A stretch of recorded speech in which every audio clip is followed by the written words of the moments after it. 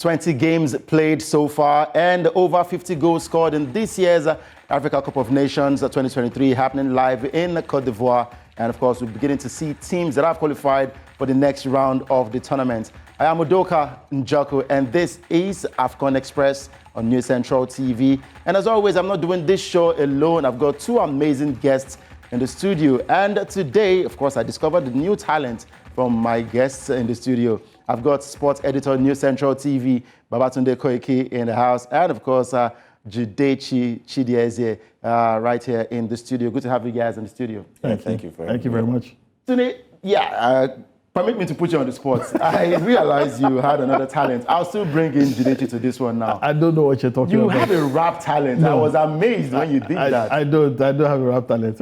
You should actually challenge MI on the cypher. Don't you think so? No, I disagree. Judechi, what do you think? I mean, I don't know why he's trying to hide this from the camera. You also hiding your talent. I was witness to this, and I don't know why he's. I don't know what you're talking about. Release an album already.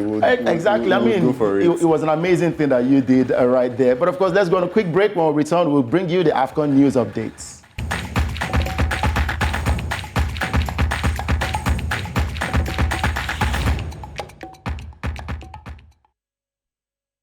It is AFCON Express on News Central TV. I am Udoka Njoku, and you can reach us on social media. And please subscribe to our YouTube channel at News Central TV. And I've got the talented Tunde Koiki in the show, and of course Judechi right here. Let me first ask, before we get to the AFCON news now, what has the tournament been for you so far this year?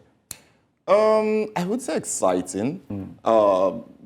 Just before the AFCON, one of the researches I was conducting on the AFCON, I was looking at previous competitions, and one of the things we get to see at the AFCON is the fact that we have very low scoring, highest goal scorers at AFCON tournaments.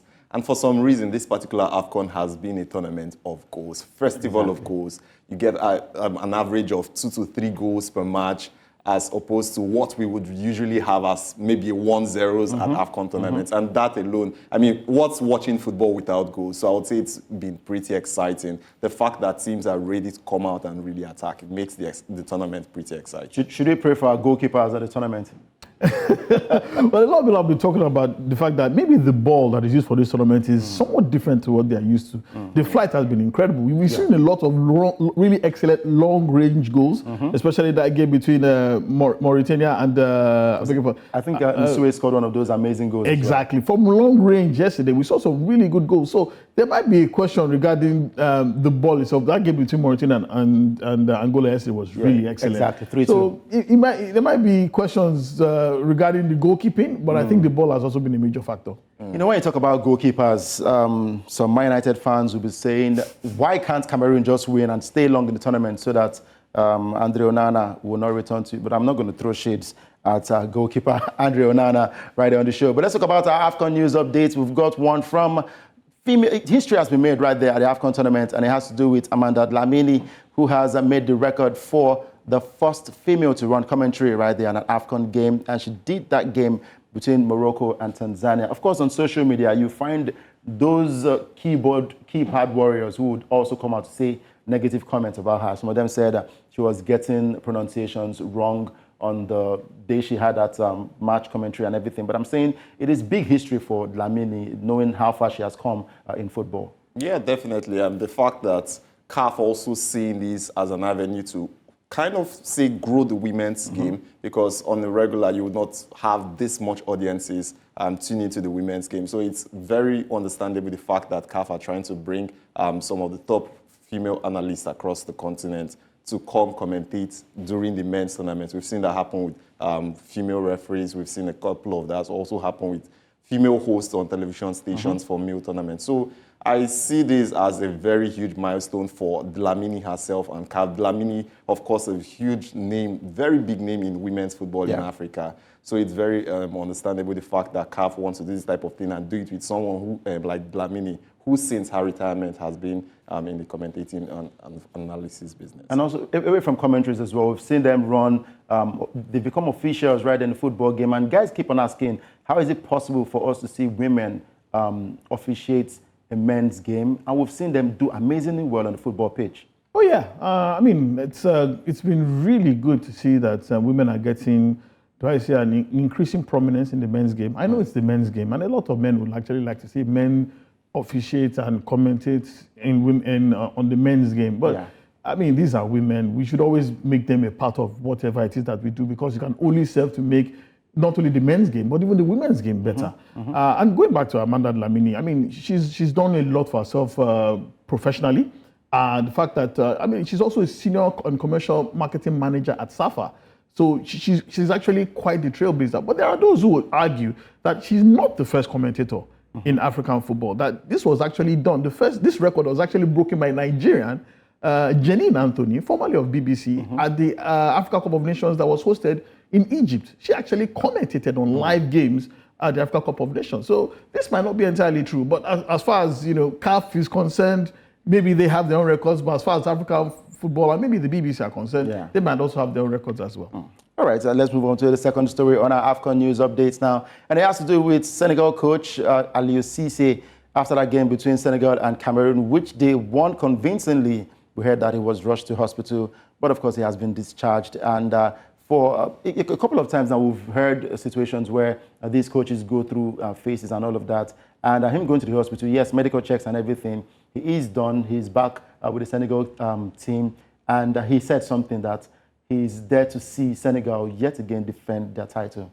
Yeah, I think that's the main thing. It would have been a huge blow for Senegal should they have had their coach, who is the defending champion of the AFCON, coach-wise, get off the tournaments just at the group stages. Actually would have been very disappointing for Senegal. Personally, I say as a fan of Cisse from his playing days, I'm actually happy for him. The fact that he's also one of the people that are currently dominating the African football space. We've seen what Senegal have been able to achieve across all cadres of football in their country. And bringing in someone like Cisse, who many people did not give a chance when he started as far back as 2015. He has come through the ranks and is currently one of the top coaches in Africa. It would have actually been very disappointing that Senegal went for the rest of the competition and did not have their head coach. So it's actually a good news to hear that Cisse, whatever it is that might have been the ailment, is already out of hospital. My honest opinion, when you eat too many sweet things, it tends to upset your system, and that's probably what happened to Aliou Cisse. The 3-0 victory over Gambia was sweet. The 3-1 win over Cameroon was even sweeter. Maybe that just upset his system. I mean, considering the fact he's also, I think he's the longest serving coach right now in the Africa Cup of Nations. Yeah. He's been there, done that, and he's done incredibly well, like Ijidechi said. It would have been a major loss if he wasn't able to go forward. I agree with you totally. It's too much sweetness just might spoil the system. But of course, it is a good type of sweetness. But I'm glad he's back with the team and he's pushing them forward in their next game. And remember, they've also qualified for the next round of the Africa Cup of Nations. Our last story on our AFCON news update has to do with one man who has seen something called controversial moves right there at the AFCON tournament. And he's out to say that he will appeal that ban that he got. Talking about Tanzania coach Adel Amrouche right there. And of course, he said that he's been banned, but reports have it that he's still with the Tanzania national team, in as much as we heard that he was sacked. And I'm wondering, who do we believe now? He said, how would you ban a coach? And there was no fair hearing from his own part. Nobody has heard his own side of the story, but he's been banned, he's been fired, but he's coming out to say that he's going to appeal that ban. Well, he's well within his rights to appeal. I believe, he has every right to clear his name. But then also there might be issues regarding CAF's inability to also give him a fair hearing. That normally these kind of things will come with, he'll be charged. He'll also be given maybe 24, 72 hours to respond. I don't think that was done. So it was a unilateral decision by CAF's disciplinary committee. So he's well within his rights to take it up with CAF. As regarding his sack by his employers in Tanzania, that's another issue that also needs to be discussed. What were the terms of his contract? Did any clause state very clearly there that should you bring the reputation of the Tanzanian Football Federation into disrepute, your contract will also be terminated? So these are issues that need to be ironed out by legal teams, especially by Amrouche. But I'm not surprised that he's getting slammed. Like we said yesterday, the man has a history of either saying wrong things or doing wrong things. It was only a matter of time before he caught a bullet. And unsurprisingly, it came from both CAF and the Tanzania Football Federation. So will it be a surprise to us if we see him take on the side today against Zambia? Actually, I would say it would be very surprising on my part.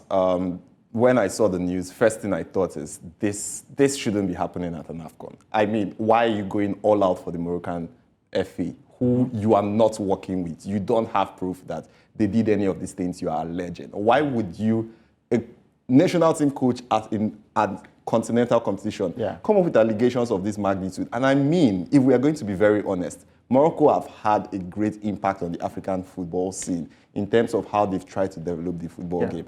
So even if CAF wanted to, and this is us speculating now, even if CAF wanted to be fair to them, it's not going to be at a competition. So these are not the kind of things you in your capacity should come out and be saying. So I would say it's a good move if we eventually do not see Amrouche at the sidelines of Tanzania's next game. It would be a very good move. And also considering the fact that it's going to cause a lot of, say, dressing room confusion for the players. I think it's only fair that the FA tells him, just step aside, even if it's not for the entirety of the competition, just step aside for this particular game that is, I think, tomorrow. Actually today, so step aside, just let it be that the cameras, the focus is not on you, the focus is on the players, and the players can deliver for the game. All right, and they hope to deliver against Zambia because they have a slim chance of qualifying from that group to the next round of the tournament. And that wraps up our AFCON news updates. Let's go on another break. When we come back, of course, we'll have Favour Itua standing by all the way from Cote d'Ivoire.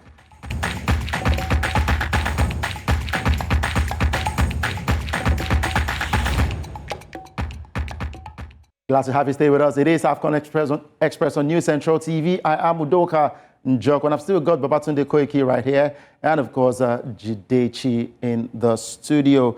Now, before we get to talk to Favour, a lot of things happening over there at the Africa Cup of Nations, and it has to do with the Super Eagles. Now, first thing is the supporters club for the Super Eagles. I like to deal with this particular issue now. Now, we've seen different factions of supporters club, and I'm wondering, who do we listen to? The last time they played at the Teslim Balogun Stadium in Surulere, there were about 4 factions playing different tunes, all supporting the Super Eagles, and it became very noisy.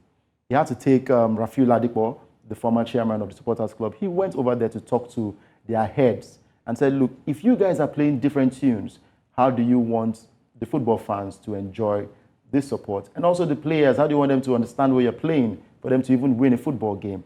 Now today they are saying they're going to come out en masse to support the Super Eagles when they play against Guinea-Bissau. They would even call fans to come out to support the team. And my question is, are they going to play with one voice? More billion dollar question, to be very honest. I think I had a similar experience. I was in Uyo last year for the Super Eagles game against the Sao Tome, the 6-0. And actually it was a similar experience. And at some point you wonder, why are we doing this as Nigerians? Like, what's there for us to act? Okay, there are 4 factions, fine. But how about just for the sake of the game, unite and do things together? I think it's one of the things that really needs to be looked into. This supporters club issue has gone on for years. I think since the time of Rafiu Ladipo, after he left, it's been in total disarray. And actually pretty sad, the fact that I was watching, which game was that? One of these other games, I can't remember exactly which game, but you could hear the fan chants in the stadium, and it was in total unison. We didn't see that in Nigeria's last game against Cote d'Ivoire, although to an extent you could hear the Nigerian fans a little bit louder than the Ivorian fans.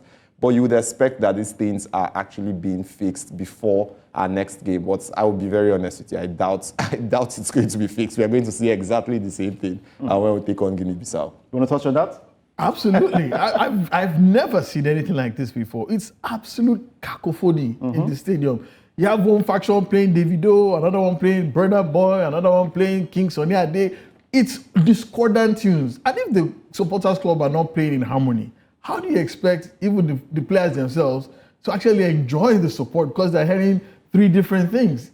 It's amazing. And you would expect that, at this level of the game, the heads of the different factions would come together and say, okay, let us aggregate in one place. Right, so this is our choir leader or music leader or support leader. Maybe you come up with the first chant, after that you come up with the second one, so that we're all playing and, supporting together in unison. But it's just this Nigerian thing for everybody wanting to be the big man, to be in charge, to wants to massage their ego. And I've met some of these, the heads of these supporters clubs, and to be honest, I wasn't impressed. You got the impression that most of them are all about the position, about self-aggrandizement, rather than actually really wanting to support Nigerian football.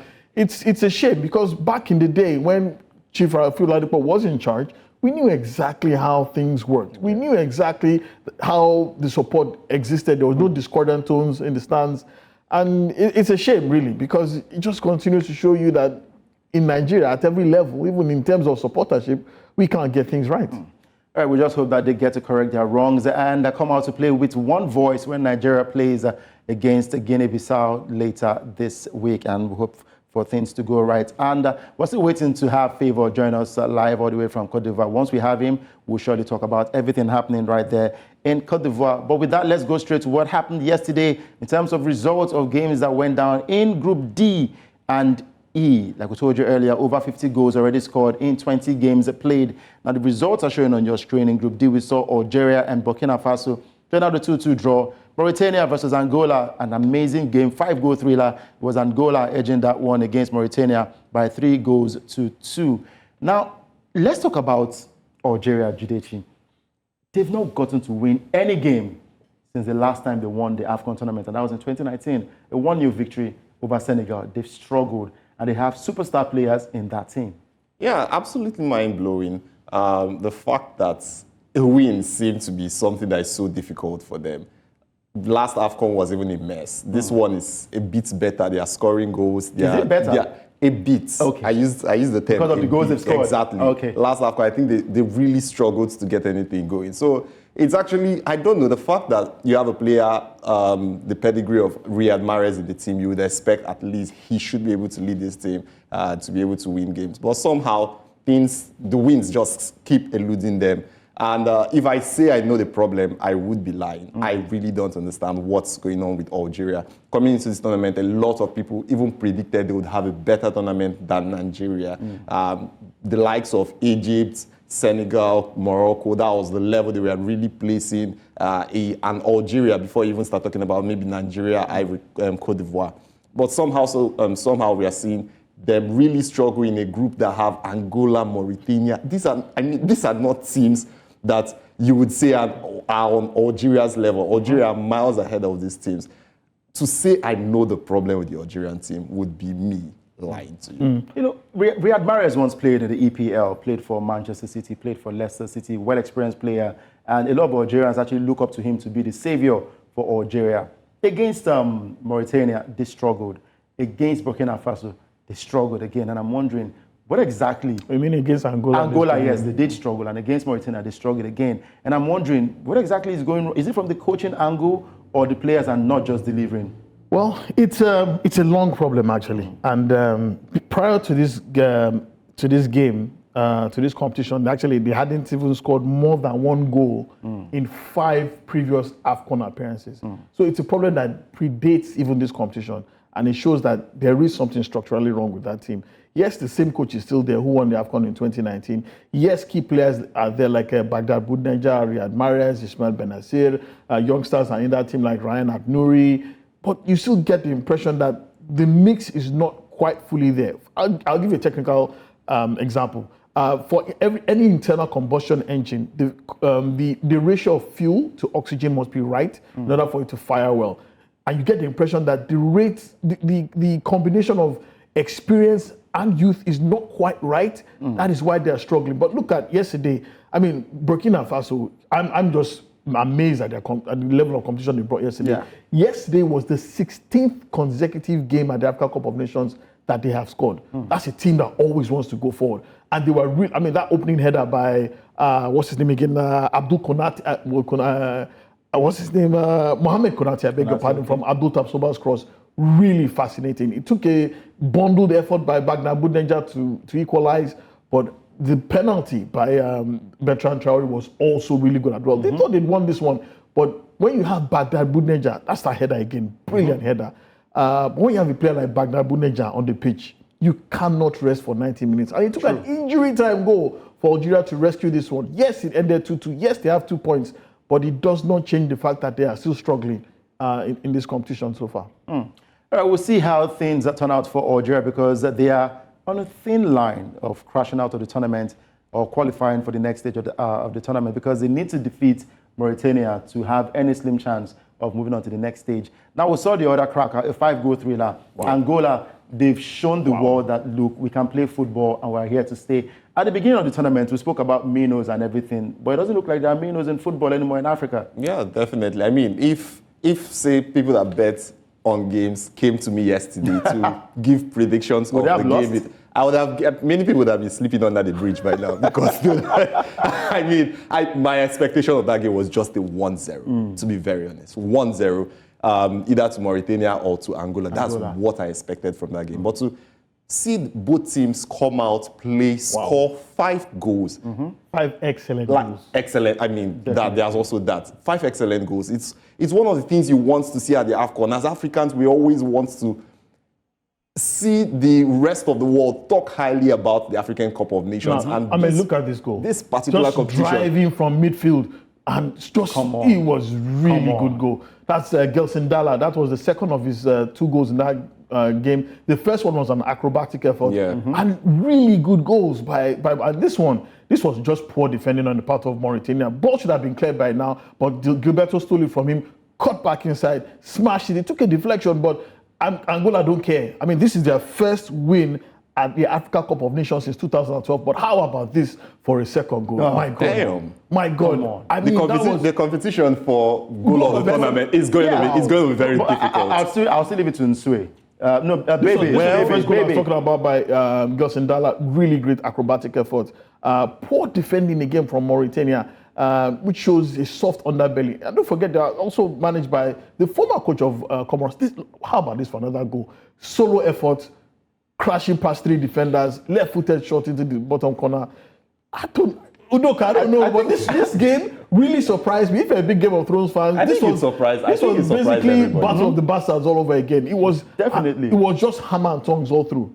Yeah, for me, I think the judges would have a problem choosing the best goal of the tournament in this one, because we've seen amazing goals so far. And I would still go back to that prophet in Ghana who said, a Mino will get to win this tournament. And now I'm beginning to see no Minos in football, and the smaller teams, in quotes, are beginning to qualify for the next stage of the tournament. So the likes of Super Eagles, Cote d'Ivoire, Morocco, Senegal should be afraid for the next round of the tournament if they see a qualification. That's for the ones still struggling, Cote d'Ivoire and Nigeria. Yeah, I totally agree. Although disagree with the Minos winning the AFCON, I think I had a prediction at the start of the tournament that this competition will particularly be like the Qatar World Cup, where we saw lots and lots of upsets. But I mean, at the end of the day, the heavyweights will find their way, either by hook or by crook, to the final. That's what I think it's going to be. But speaking of upsets, definitely we can see it already in this group. We can see South Africa. I'm totally even waiting for South Africa because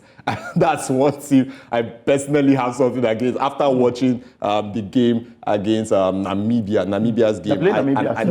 That's what I'm saying. After watching Mali. No, that's what I'm saying. After watching Namibia's last game, I was like, I'm waiting to watch this team against South Africa. I'm particularly waiting to see what South Africa that really were disappointing against Mali would bring on against the Namibia. And it's just one of many games we are seeing the way in our own group, it's already looking like the hosts might not even qualify for the next stage. So it's particularly exciting to see this type of things. Minos trying to get through. But at the end of the day, I'll be very honest with you. I think the heavyweights will still find their way to that. If I can add something to this discourse, Udoka, I honestly think from everything I've seen so far, yes, the so-called Minos in African football have stepped up because they've had more increased funding thanks to internal sources and also from increased FIFA grants. They can now hire better coaches, have better training facilities, and also get better players from the diaspora. So they are improving. The big issue is that the so-called bigger teams have been stagnating.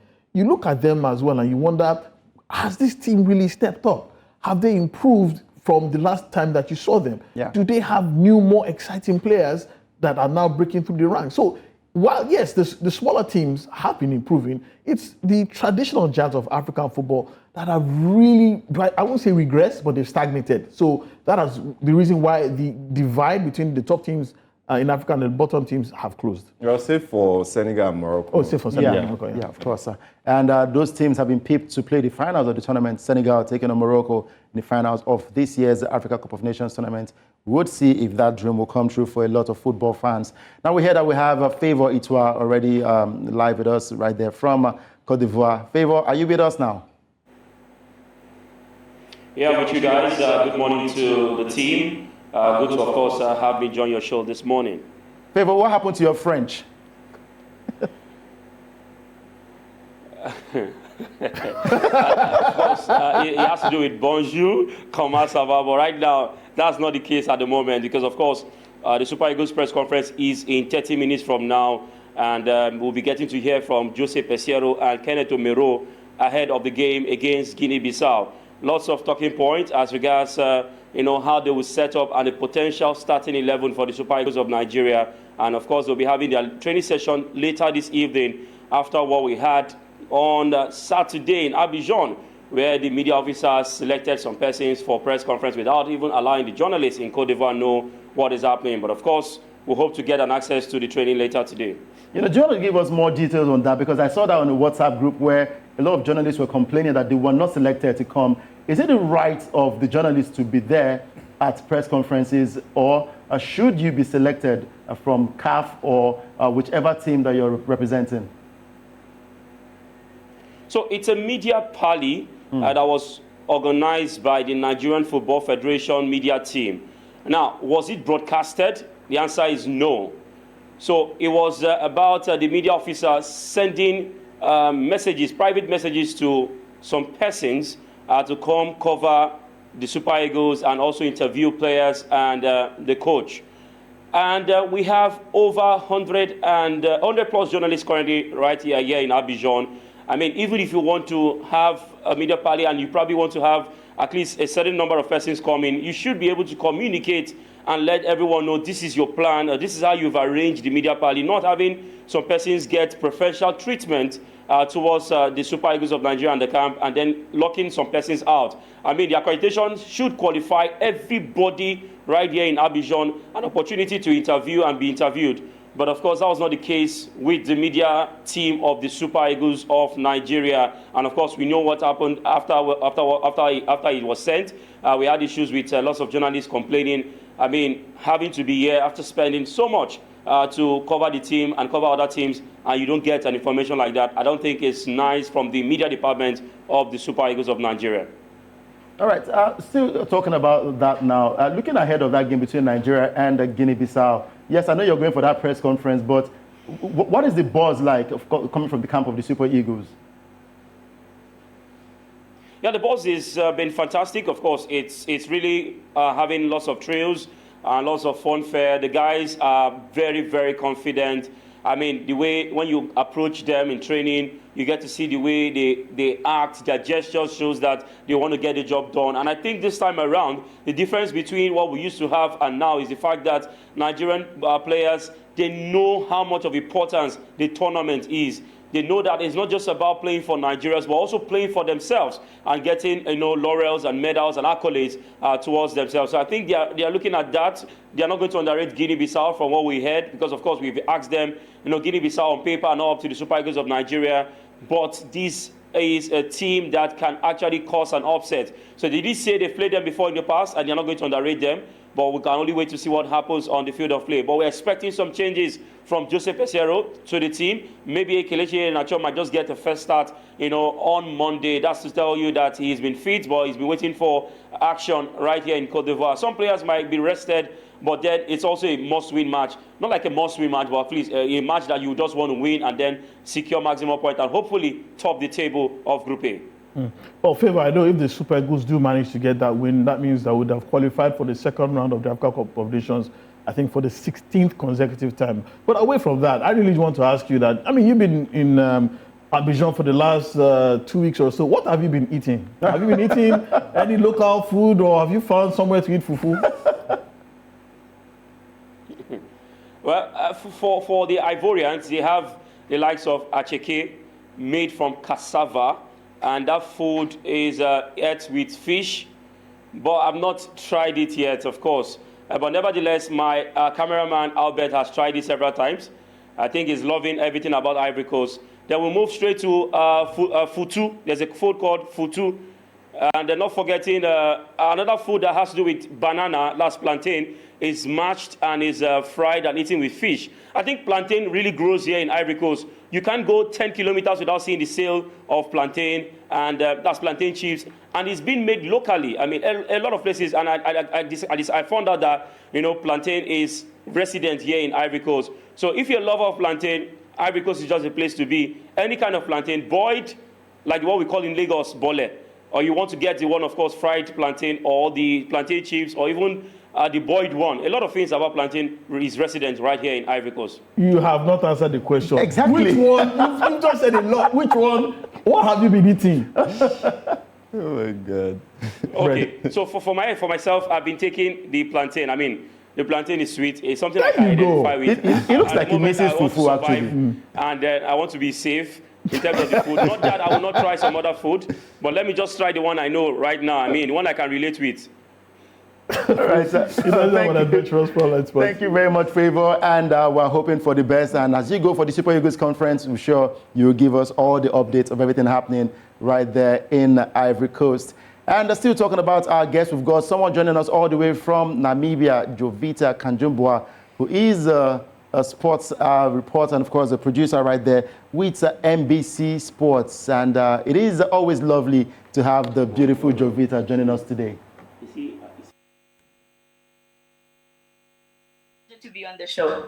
All right, thank you very much. Now, let's quickly jump straight to the conversation. I've got great guys in the studio, Babatunde Koiki and, of course, Jidechi right here in the studio. We're looking at how Namibia will play against South Africa later today. That's a big match, and we know that these two countries are brothers, or rather sisters, to each other. So what are expectations from that game between Namibia and South Africa?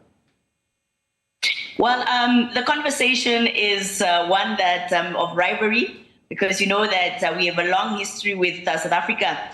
They are our big brothers in so many forms, but particularly coming to football, I mean, we look up to South Africa in terms of the development, their style of play, their league, and if you see most of our star players they play out in. Dion Otto playing for Orlando Pirates, our goalkeeper Lloyd Kadapa playing for Chippa United. So you can see that we really also just divert to them when it comes to the league as well. So it's a conversation of rivalry. There's one AFCON where South Africa beat the Brave Warriors 4-1. And Benny McCarthy had scored 3 goals in that encounter. It has been talk of conversation, but of late we've been doing well against South Africa. Our last match against them, we drew goalless. So I think it's going to be a really exciting match, because for South Africa it's a must-win. Even for us, it's a must-win game, because it will give us automatic qualification to the next round. But we don't take away anything from this encounter. It's probably going to be a game filled with so many goals. All right, South Africa are bottom of that group. That's in Group E. While Namibia, a draw or a win will seal qualification to the next round. And of course, for Hugo Bruce, he's not giving up on this game. He wants to go all out. Even all over social media, South African fans are saying that they will destroy Namibia later today. Certainly, I mean, that's a rivalry. Here in Namibia, fan parks have already been set up for this encounter, even though it's late, because it's going to be 10 o'clock local time here. It's a Sunday, tomorrow is Monday, but the people are already out in the streets, because this game means so much to the Namibians, and it's not even about qualifying. At this point, they don't mind whether we qualify or we don't qualify, but what they want is to beat South Africa. And the South Africans on the other side saying that they cannot be beaten by Namibia because of the long history that we have. So it's really just, in terms of the fan side, it's really just funny. And I love that it's all unity after the game, and it's just a rivalry for the game. But we love each other. But when it comes to the game, it's really going to be one of where you see possibly the little brother stepping up, because for the longest we've always been beaten by South Africa, and they don't expect us to beat them always. But we're hoping that tonight is going to be a different ball game, because all that Namibia wants, the Namibian fans want, is to beat South Africa, whatever the cost. And if it gets us to the next round, that is fantastic. But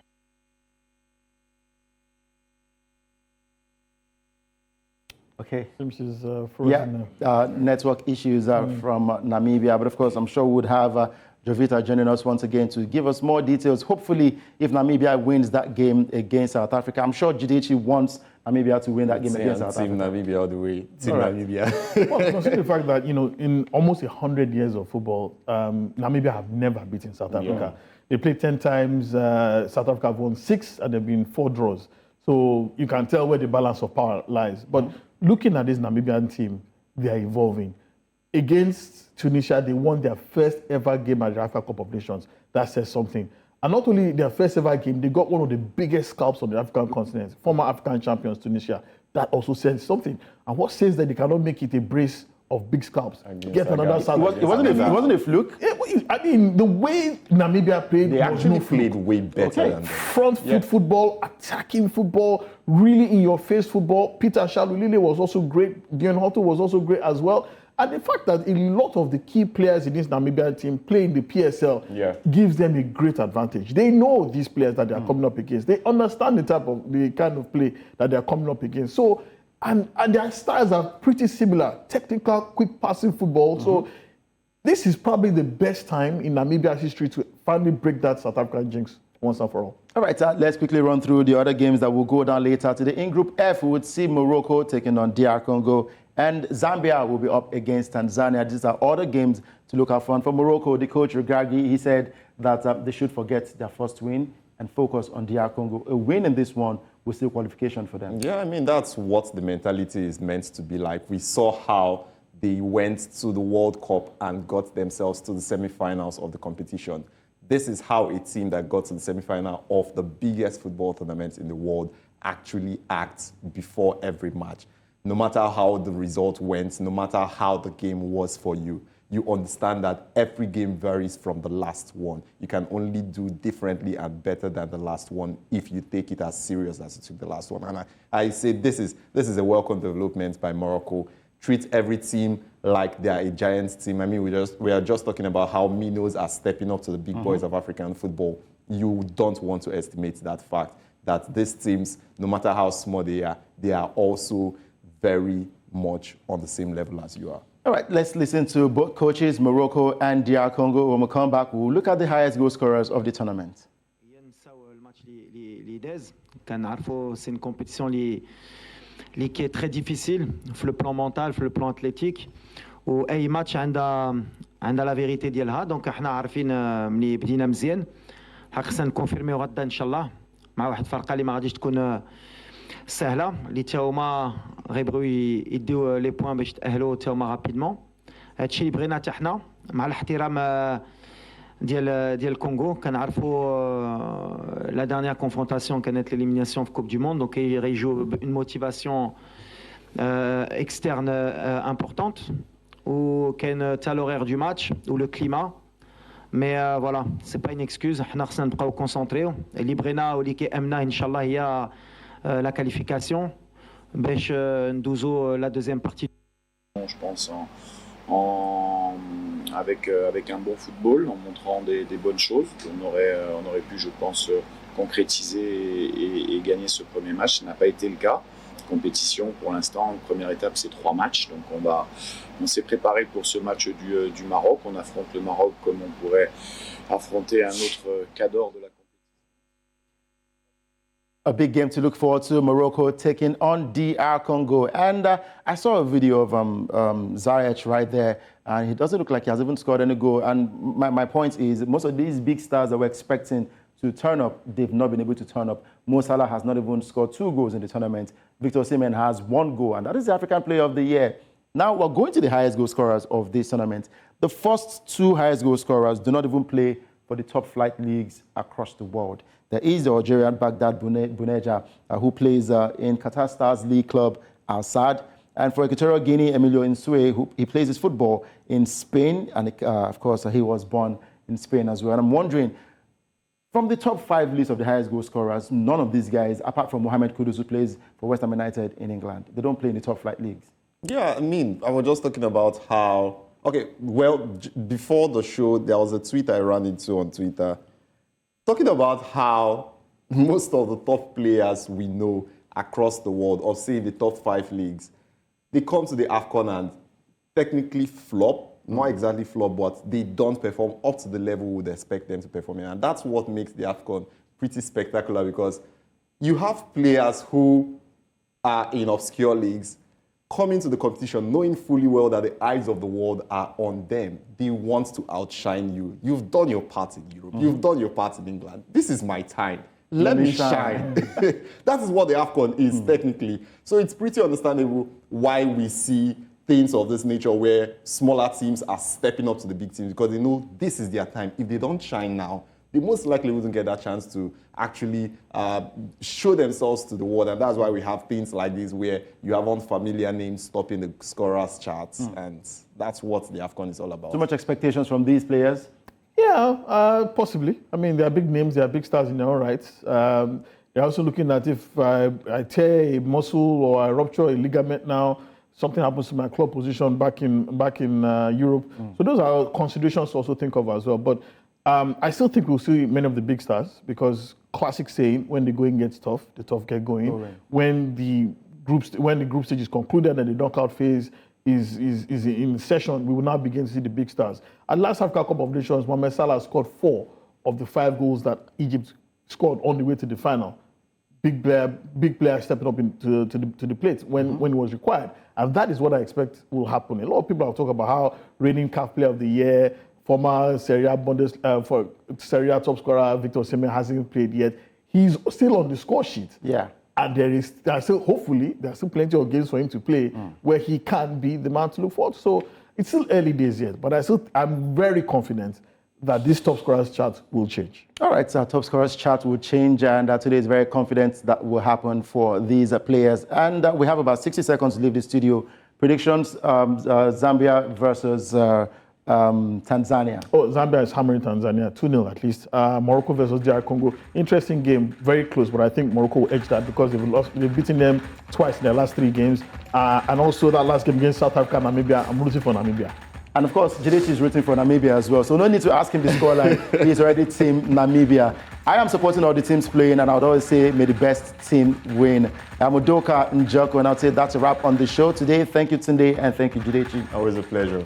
All right, keep it locked down to News Central TV, because when it comes to TV programming, we sure give you the best. Enjoy the rest of your day.